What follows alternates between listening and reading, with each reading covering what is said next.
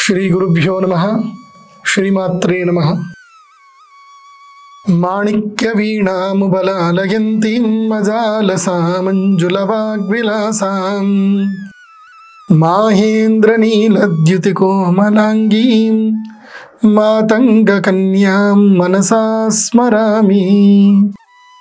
చతుర్భుజే చంద్రకళావతంసే కుచోన్నతే కుంకుమరాగశోణే పుండ్రేక్షుపాశాంకుశపుష్పబాణహస్తే నమస్తే జగదేకమాతః. అచింత్యావ్యక్తరూపాయ నిర్గుణాయ గుణాత్మనే సమస్త జగదాధారమూర్తయే బ్రహ్మణే నమః. యోంతః ప్రవిశ్య మమ వాచమిమాం ప్రసుప్తాం సంజీవయత్యఖిల శక్తిధరస్వధామ్నా అన్యాశ్చ హస్తచరణ శ్రవణత్వగాదీన్ ప్రాణాన్ నమో భగవతే పురుషాయ తుభ్యం. శ్రీమాత్రే. ఆదిపరాశక్తి అఖిలాండ కోటి బ్రహ్మాండ నాయకి అయిన జగన్మాత యొక్క నివాస క్షేత్రము శ్రీపురము, శ్రీచక్రపురము, శ్రీచక్రపీఠము, అదే మణిద్వీపము. ఆ మణిద్వీపానికి సంబంధించిన పూర్వపీఠికని మనము ఇతపూర్వము తెలుసుకున్నాం. ఇప్పుడు మధ్యమ పీఠిక అంటారు, అంటే ప్రధానమైనటువంటి అంశం. మనము ఏ అంశమునైనా సరే తెలుసుకోవడానికి దానికి పూర్వపీఠిక, మధ్యపీఠిక, ఉత్తర పీఠిక అని ఉంటాయి. అంటే దాని యొక్క పుట్టు పూర్వోత్తరాలు ఎందుకు అనేటివన్నీ కూడా తెలుసుకొని ఆ తత్వమును ఎరిగి ఆ తత్వము యొక్క ప్రయోజనాన్ని తెలుసుకోవడం ఉత్తర పీఠిక. ఇప్పుడు ప్రధానమైనటువంటి అంశం లోపలికి వచ్చాము. మణిద్వీప వర్ణన యొక్క అంశములో దేవీ భాగవతమునికి సంబంధించిన 12వ స్కందములో 10వ అధ్యాయంలో ఈ యొక్క తత్వాన్ని మనకు ఉద్బోధన చేస్తారు వ్యాసుల వారు. వ్యాస ఉవాచ బ్రహ్మలోకాత్ ఊర్ధ్వభాగే సర్వలోకోస్తి యశ్రుతః మణిద్వీపస్సయేవాస్తి యత్ర దేవి విరాజితే. ఎప్పుడైనా మీరు ఈ ప్రధానమైనటువంటి అంశాన్ని బాగా గుర్తుపెట్టుకోవాలి. పురాణ పండితుడికి, అంటే పురాణ ప్రవచనం చేసేటువంటి వ్యక్తికి సంస్కృత వ్యాకరణం యొక్క పరిపూర్ణమైనటువంటి జ్ఞానం ఉండాలి. కేవలము వ్యాఖ్యానాలు అంటే ఎవరో ఒకళ్ళు రాసినటువంటి భావములను చదివి చెప్పడము అనేటువంటిది పరిపూర్ణతకు సిద్ధించదు.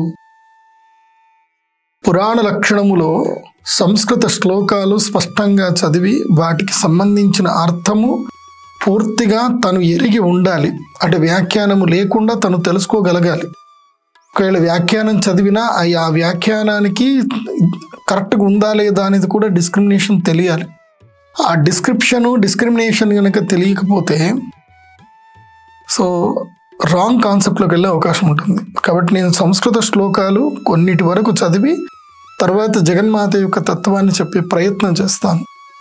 ఎందుకోసం అంటే ఏది ఇచ్చినా పర్ఫెక్ట్గా జెన్యూన్గా ప్రమాణబద్ధంగా ఇవ్వాలనేది నా ఆలోచన. ఎందుకోసం అంటే ఈ వీడియో ఒక 10 ఏళ్ళు 15 ఏళ్ళు ఎన్ని సంవత్సరాలైనా ఈ యొక్క యూట్యూబ్ ఛానల్లో ఉండొచ్చు, ఈ ఛానల్లో ఉండొచ్చు. ఎప్పుడు ఏ తరం వారు ఈ వీడియో చూసినా ఇక్కడ తప్పు అని ఉండకూడదు. అది నా యొక్క ముఖ్య ఉద్దేశం.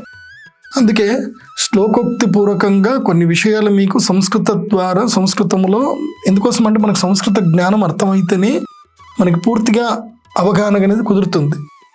ఇక్కడ వ్యాసుల వారు ఏం చెప్తున్నారు అంటే బ్రహ్మలోకాత్ ఊర్ధ్వభాగే, బ్రహ్మలోకమునకు ఊర్ధ్వభాగములో సర్వలోకోస్తి యశ్రుతః, సర్వలోకము అని ఒకటి చెప్పబడింది. యశ్రుతః అంటే నేను కూడా విన్నాను అని చెప్తున్నారు. వ్యాసుల వారు ఏం చెప్తున్నారు, ఈ సర్వలోకం అనేది నేను కూడా ఒకప్పుడు విన్నాను అని చెప్తున్నారు. మణిద్వీప సయేవాస్తి, అదే మణిద్వీపము అని చెప్పేసని తెలుస్తుంది. దాని పేరేంటి అంటే మణిద్వీపము. యత్ర దేవీ విరాజతే, ఎక్కడైతే జగన్మాత అయినటువంటి అమ్మవారు విరాజింపబడుతుందో, ఎక్కడైతే అమ్మవారు ఆ యొక్క స్థానాన్ని పరిపుష్టిగా ఆ యొక్క స్థానాన్ని ఏలుతున్నారో, అంటే మహారాజ్ఞి తత్వస్వరూపంగా ఆ జగదంబ ఏ ప్రదేశాన్ని ఏలుతుందో విరాజతే, యత్ర దేవి విరాజతే, ఎక్కడైతే గనక దేవి మహారాజ్ఞిలాగా రాచరికపు సేవలన్నీ కూడా అందుకుంటూ రాజ్ఞి అంటే జగన్మాత రాజ్ఞీ తత్వ స్వరూపంగా విరాజిల్లుతున్నది. దానికి అది ఎక్కడ ఉంటుంది అంటే సర్వస్మాత్, దానికి సర్వలోకం అని పేరు. మణిద్వీపానికి ఇంకో పేరేంటి?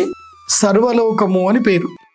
సర్వస్మాత్ అధికో యస్మాత్ సర్వలోక తతస్మృత. సర్వస్మాత్ అధికో యస్మాత్ అంటే సర్వస్మాత్ అధికో యస్మాత్ అంటే ఈ ప్రపంచంలో ఈ అనేక కోటి బ్రహ్మాండాలన్నిట్లో సర్వ అంటే అర్థం ఏమిటి? అన్ని. ఇది అది కాదు, అన్ని, ఎవ్రీథింగ్, ప్రతి ఒక్కటి కూడా సర్వస్మాత్ అధికో యస్మాత్, అన్నిటికన్నా ఇది అధికమైనటువంటిది, తక్కువ కానిది, అన్నిటికన్నా ఎక్కువైనటువంటి సర్వస్మాత్ అధికో యస్మాత్ సర్వలోక తతస్మృత. ఎందుకు సర్వలోకం అని చెప్పారు అంటే ఇది అన్ని లోకముల కన్నా గొప్పది, అన్ని లోకములకైనా పైన ఉంటుంది, అన్ని లోకముల కన్నా గొప్పది, అన్ని లోకములు కూడా దీని అందే ఉన్నవి కాబట్టి దీనికి సర్వలోకము అని చెప్పబడింది. పురా పరాంశయైవ అయం కల్పిత మనసేచ్ఛయ. పురా పరాంశయైవాయో అయం కల్పితో మనసేచ్ఛయ. పురా అంటే మునుపు. అది మునుపు అంటే ఎప్పుడు అంటే చెప్పలేం. సృష్టికి మొదలు అనేదే ఉండదు, ఆది అంతము ఉండదు. కాబట్టి ఇది నేను విన్నది ఏంటంటే పూర్వము జగన్మాత యొక్క కేవలము సంకల్పము చేత మనస్సులో ఇలా అనుకుంది అంతే, సంకల్పము చేత మాత్రమే సృష్టింపబడినటువంటిది.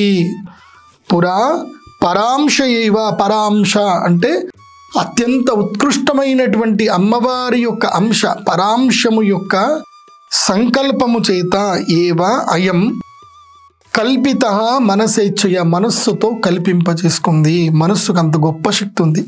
ఇచ్ఛాశక్తి, క్రియాశక్తి, జ్ఞానశక్తి, శబ్దశక్తి, స్మరణ శక్తి, ఈ 5 శక్తులు చాలా గొప్పనేటువంటి. అందులో 3 శక్తులు చాలా పెద్ద. ఇచ్ఛాశక్తి, క్రియాశక్తి, జ్ఞానశక్తి. ఇచ్ఛాశక్తి ఫస్ట్, మొట్టమొదటిగా నీకు ఏం కావాలి అంటే నీ జీవితంలో నీకు ఇచ్ఛాశక్తి కావాలి. నువ్వు ఏం అవ్వాలనుకుంటున్నావు, నువ్వేం చేద్దామనుకుంటున్నావు, ఎలా ఉండాలనుకుంటున్నావు, ఏం సాధిద్దామనుకుంటున్నావు, దాన్ని నువ్వు మొట్టమొదటిగా నీ మనస్సులో నువ్వు రూపకల్పన చేసుకోవాలి కంప్లీట్గా. ఆ రూపకల్పన చేసుకోవడమే ఇచ్ఛాశక్తి. ఆ యొక్క ఇచ్ఛాశక్తి బలంగా తయారైపోవాలి, నీ మనస్సులో బలంగా తయారైతే అప్పుడు అది క్రియ లోపలికి వస్తుంది. ఆ క్రియ చేసేటప్పటికి సంబంధించిన దాని యొక్క జ్ఞానము నీకు ప్రస్ఫురింపజేస్తుంది. కాబట్టి ఏ సృష్టిలో ఏ కార్యక్రమం జరగాలన్నా సరే మొట్టమొదటిగా ప్రధానమైంది ఏంటి అంటే ఇచ్ఛాశక్తి. అమ్మవారు ఆ ఇచ్ఛాశక్తిని ప్రసాదించే జగన్మాత.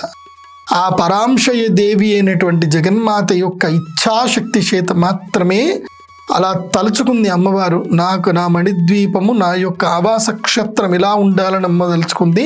అలా మణిద్వీపం ప్రకాశించింది. అదే సర్వలోకము, అది జగన్మాత విరాజిల్లుతున్నటువంటి లోకము.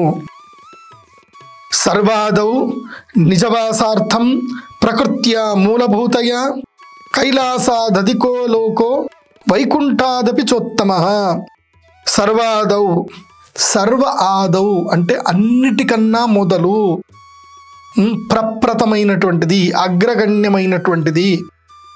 నిజవాసార్థం తాను ఉండడానికి, జగన్మాత తన యొక్క మూల ప్రకృతి తత్వము ఉండడానికి, ప్రకృత్యా మూలభూతయ, నిజవాసార్థం ప్రకృత్యా మూలభూతయ. ప్రకృత్యా అంటే ప్రాకృతికంగా, సహజంగా, మూలభూతయ, మూలభూతయ అంటే ఆ జగన్మాత యొక్క మూలతత్వ స్వరూపమైనటువంటి ఆ యొక్క జగన్మాత చేత ఎలాంటి లోకమట అంటే కైలాసాత్ అధికో లోకం.